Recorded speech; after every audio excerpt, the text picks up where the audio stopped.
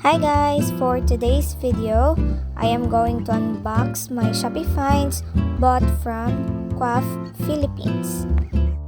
What I really like about the store ay nag-update sila like mine. My order got delayed due to the typhoon, but they make sure na I am well updated and reassured na maisiship nila agad ang order ko. And as you can see, grabe ang packaging nila, like grabe talaga. Hindi basta-basta, hindi minadali and all. Hindi kagaya ng ibang store na wala, basta may packaging lang, maibalot lang, okay na. Pero dito sa QUAFF Philippines, no.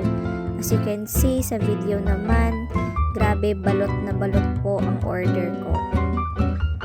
Bumili ako ng paper cutter sa kanila, dalawang photo paper at isang thermal tape. Itong mga nabili ko, gagamitin ko to sa future home business ko.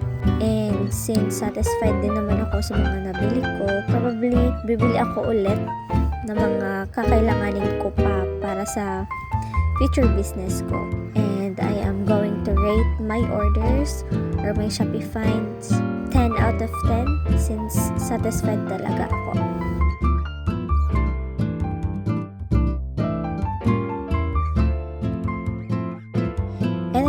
Thank you for watching. See you on my next video. Bye bye.